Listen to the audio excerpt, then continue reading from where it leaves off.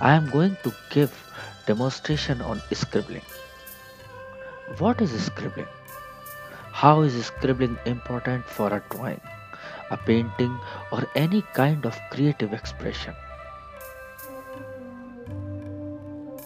Whenever a person has some free time, he can scribble on a paper with pencil, with pen, with brush, with pastels, and any other medium.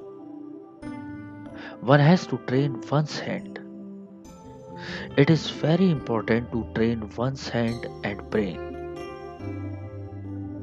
When these two coincide, only then one can draw the exact thing. Because sometimes brain works and hand is not trained, or sometimes hand is trained and brain doesn't work. So train your hand. Your mind is guiding your hand, but to get proper guidance, one needs to train the hand to get proper feedback. Draw thousands of lines. Move your hand. Move full arm and rotate the hand and set it free to get fully involved.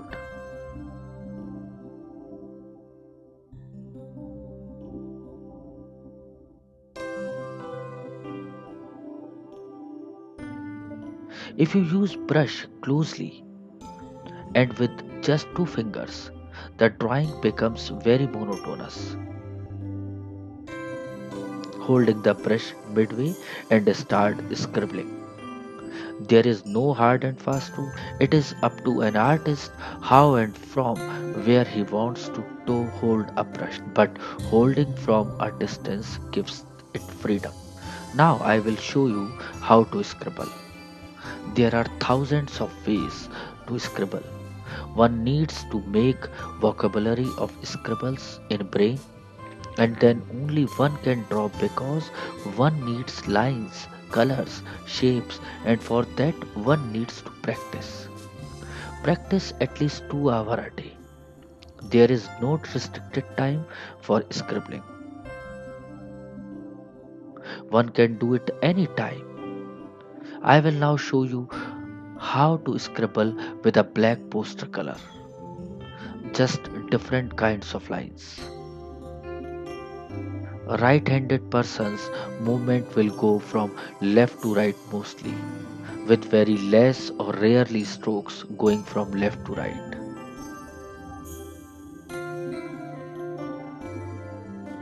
Left-handed person will have his movement going from right towards left.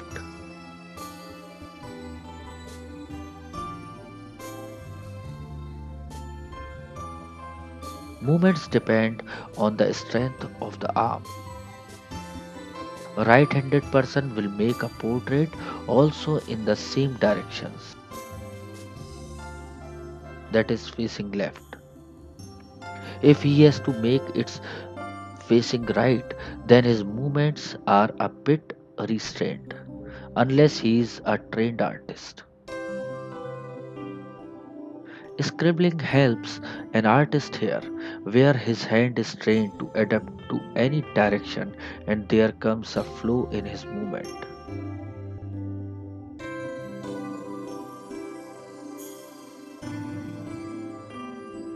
There are numerous kinds of scribbles: thick scribbles, thin scribbles, shapes, and forms.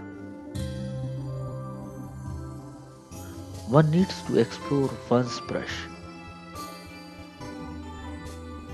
Move the brush like a pencil,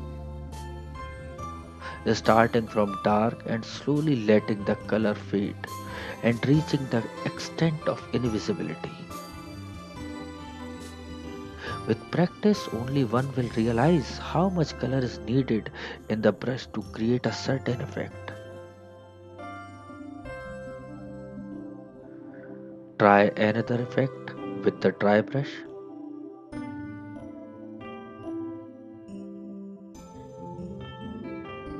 where the color is almost gone, but it is still giving a grey tone and can move on to quite an extent to create a shade.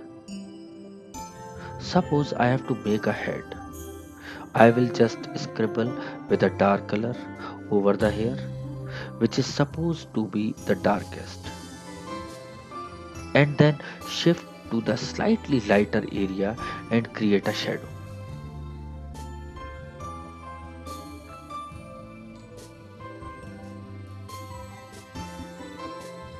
With the same brush, without adding more colors, I applied dark as well as middle tone to the head.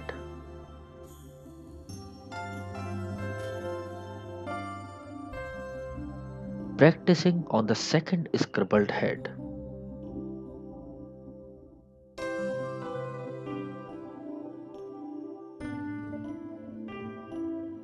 I will apply dark tone over the hair and beard, then slowly scribbling with a dull brush over the beard to form chiaroscuro and textural effect, and add more tonal values to it. So with one brush full of color, one can give birth to myriad values. One should know there are 9 values of a color from light to dark. One should be aware of it. With one brush, I have applied black as well as grey.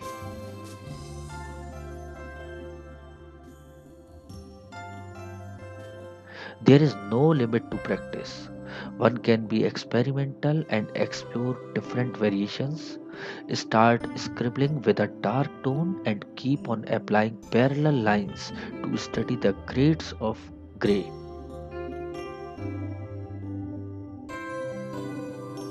One can see how a distance is created by placing darkest to lightest strokes next to each other.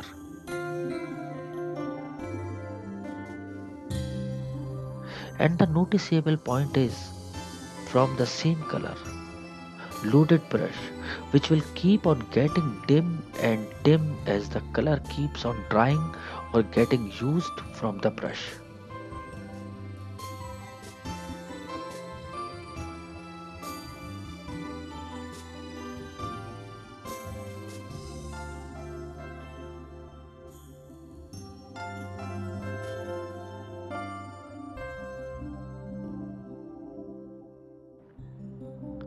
One can see the variations in values of color and clearly count them from dark to light.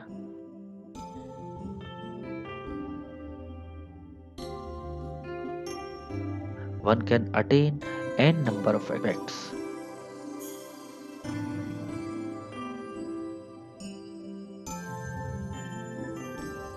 Another trial can be addition of white color and create another 9 values.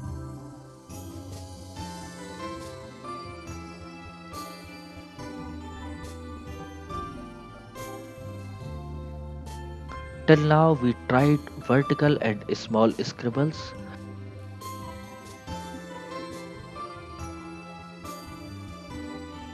Now try curved horizontal ones. Scribble only adds fluency and trains the hands as well as brain to look into abstraction.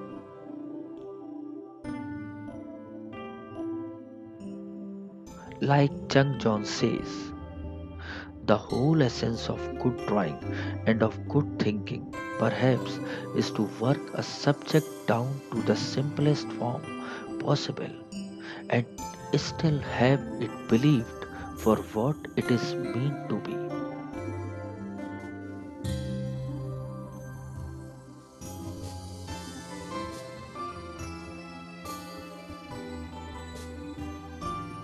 One can apply another wind of scribble with thick small lines and let them also teach our mind to see the effect it can create,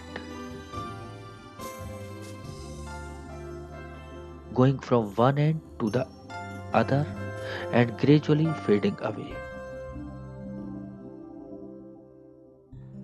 When mind catches all these effects, then it can recall their impression and where they can be used while making a drawing or a painting. Another kind of scribble is a flowing curved line moving in a flow like a waves in a river rushing up and down.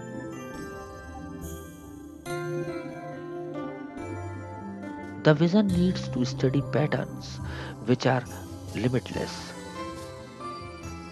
There are endless possibilities to create or break a line to get a desired result. One can play with dots and by placing those side by side can create movement. Even dots can speak volumes while moving from one area to another area. There now, in front of the viewer, is a paper full of effects and scribbles, which is looking like an artwork in itself. Nobody can make out that it is an experimental work.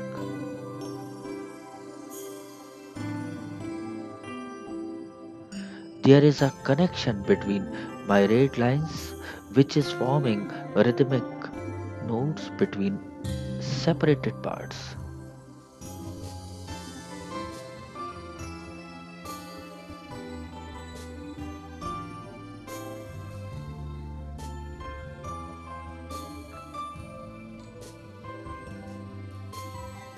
Time to start more explorations on a new piece of paper.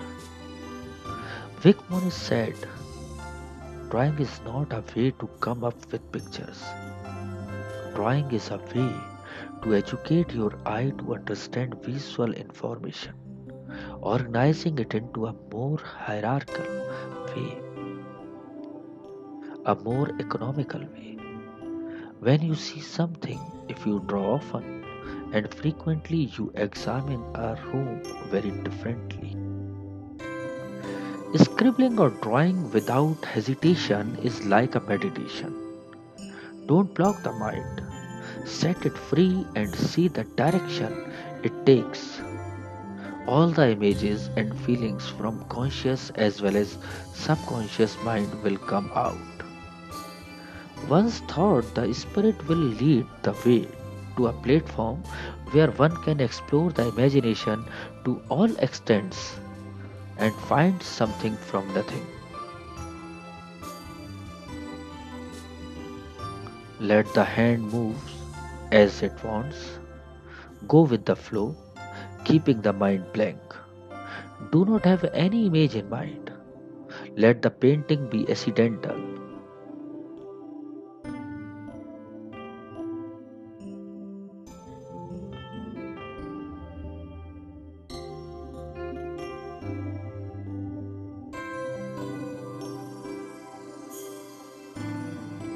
Gradually, after studying the scribbles in different ways, one can try to create a concrete drawing or painting out of it. An interaction or interplay of long, curved, broken, tiny, thick, or thin scribbles.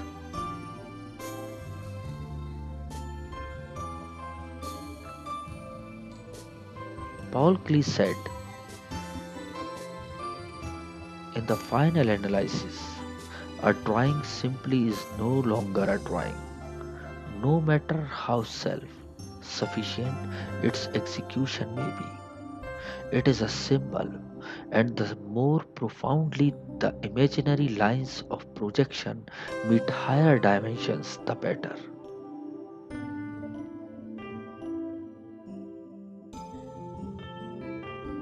Move the brush freely, rough lines going here and there, and slowly one can see or imagine the branches of tree in these lines.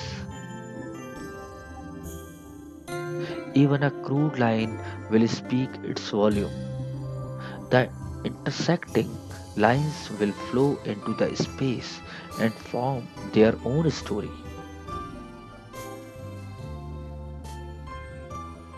Move the brush fearlessly, and this will only add more and more spontaneity to an artwork. It is not necessary for a stroke to be even. One can put stress in placement at various places and add heaviness and boldness to the brush stroke. The bristle of the brush create textures of lines and add another character to the scribbles where one can see a play of uneven, very thin line caught in between the heavy character of another line.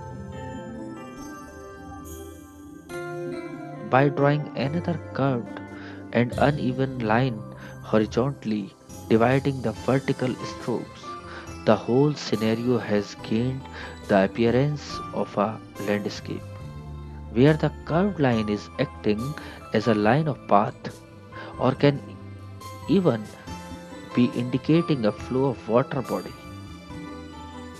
The thick line can get turned into stones or mounts and add heaviness to the foreground of the landscape. This is how the mind gets trained to explorations of the brush and enters the world of magical qualities of different strokes.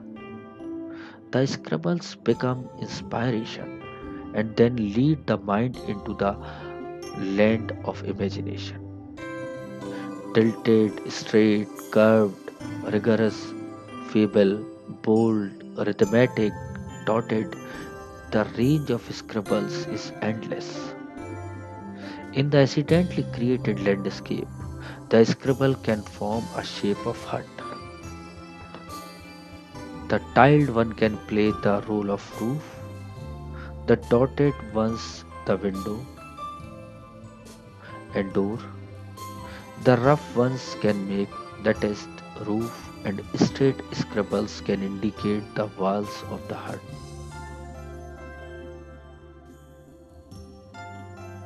The scribbles will help an artist in forming a fence, path, water, sky, trees, etc. It can lead to a process or train the mind to see how the interplay can give birth to something unique.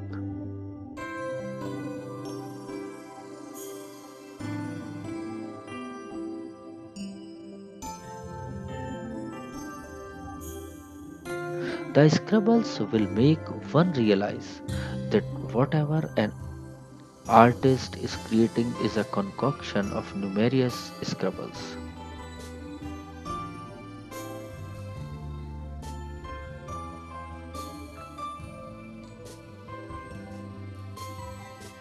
The addition of color to the black scribbles will gradually turn the interplay into a painting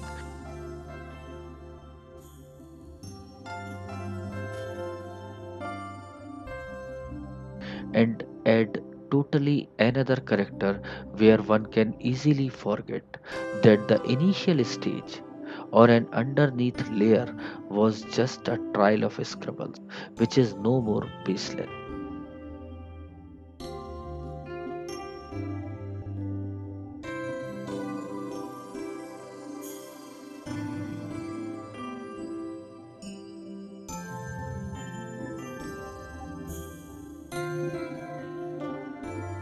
It will turn into a poignant, balanced act of inner vision, mystery, realization, and of course, experimentations.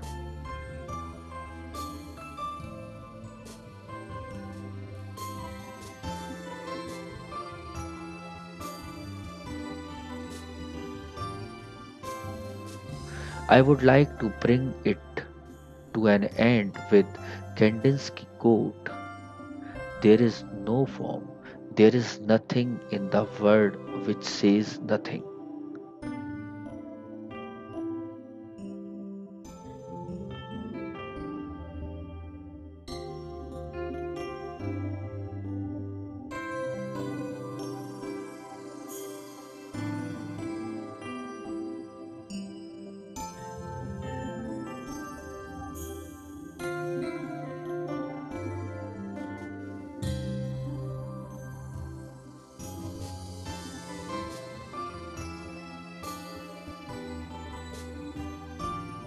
Often it is true.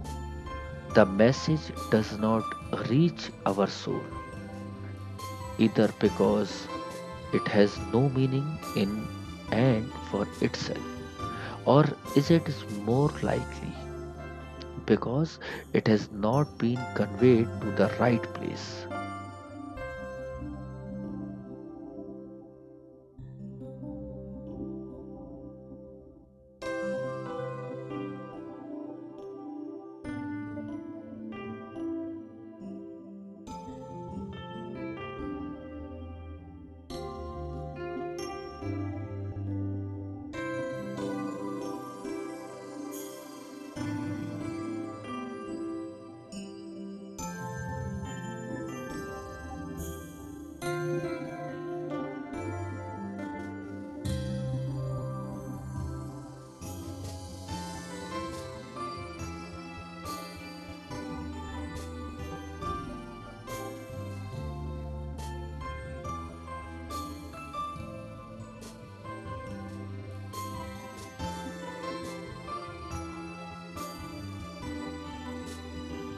Every serious work rings inwardly like the calm and dignified words. Here I am.